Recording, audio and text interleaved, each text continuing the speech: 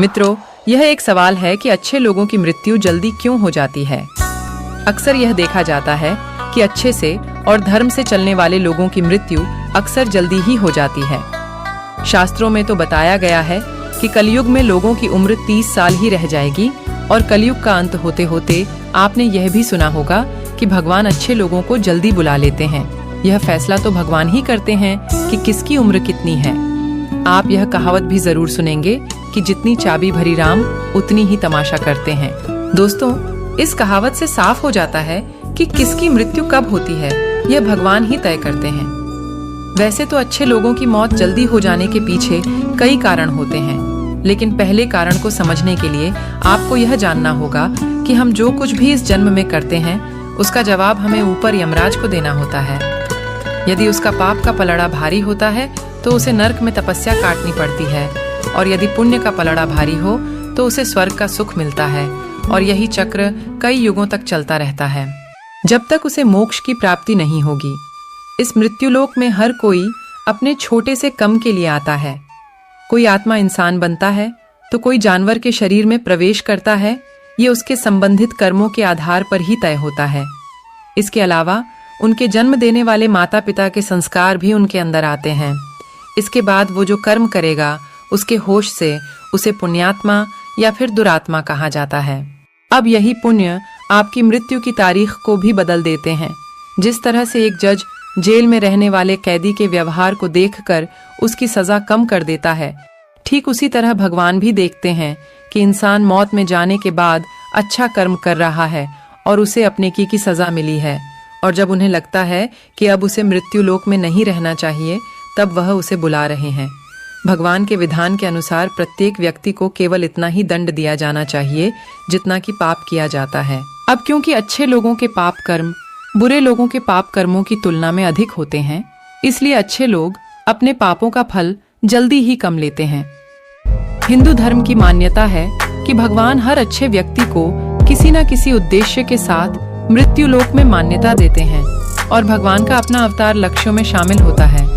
इसीलिए जब वो उद्देश्य जल्दी हो जाते हैं तब भगवान उन्हें वापस बुला लेते हैं। अच्छे लोगों की मौत उनके अच्छे कर्मों पर ही लगातार करती है।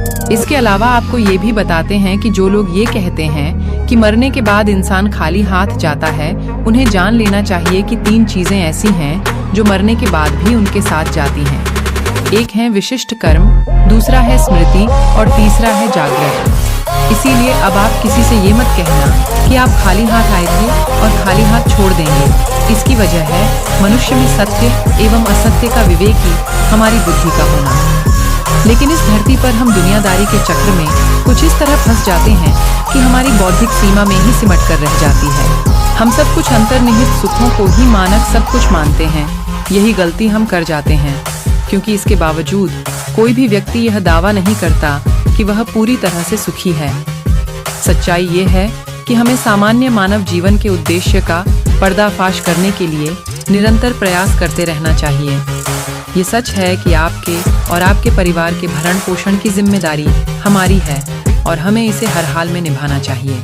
लेकिन क्या आप यह समझ पाते हैं कि आप कितने दिनों तक या कितने सालों तक इस जगत में बने रहते हैं और आपकी मंजिल बन जाती है?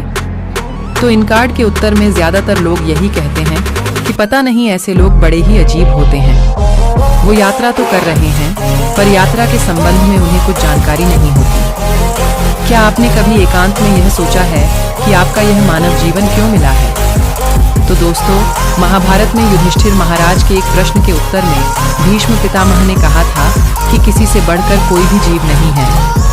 आपको यह जानकर आश्चर्य होगा कि 84 लाख योनियों के बाद हम मनुष्य जीवन से मिलते हैं और संसार के सभी प्राणियों में मनुष्य ही सबसे श्रेष्ठ है। मित्रों, धर्म कोई सा भी क्यों ना हो, हर किसी में यही बताया गया है कि जिसने इस धरती पर जन्म लिया है उसकी मृत्यु निश्चित है। और अगर बात सनातन धर्म की करें तो इसकी एक मान्यता के अनुसार बच्चे के जन्म की छठी रात ही ब्रह्मा जी उसकी किस्मत लिख देते हैं, जिसमें उसके आने वाले कल जैसे विवाह, पढ़ाई, नौकरी, यहाँ तक कि मृत्यु की तारीख तक शामिल होती है। इसी तरह दोस्तों, श्रीमद् भगवद गीता में भी भगवान श्री कृष्ण कहते हैं कि ये एक आध्यात्मिक और ईश्वरीय जीवन का पद है जिसे प्राप्त करके मनुष्य मोहित नहीं होता। यदि किसी जीवन के अंतिम समय में भी इस तरह की स्थिति में हो तो वह भगवत धाम में प्रवेश करता है। मनुष्य कृष्ण भावनामृत या दिव्य जीवन को एक क्षण में तुरंत प्राप्त कर सकता है और हो सकता है कि उसके लाखों जन्मों के बाद भी यह प्राप्त न हो। दोस्तों, यह तो सच को समझने और स्वीकार करने की बात है।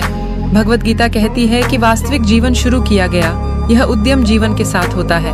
दोस्तों, इन बातों से यह तो स्पष्ट होता है कि हम सभी एक निश्चित समय के लिए पृथ्वी पर रहने वाले सभी लोग आते हैं और कुछ विशेष कर्मों को करने के लिए आते हैं। जब हमारे कर्म पूरे हो जाते हैं और इस जीवन के लक्ष्य प्राप्त हो जाते हैं तो प्रभु हमें परलोक में एक सहज स्थान प्रदान करते हैं।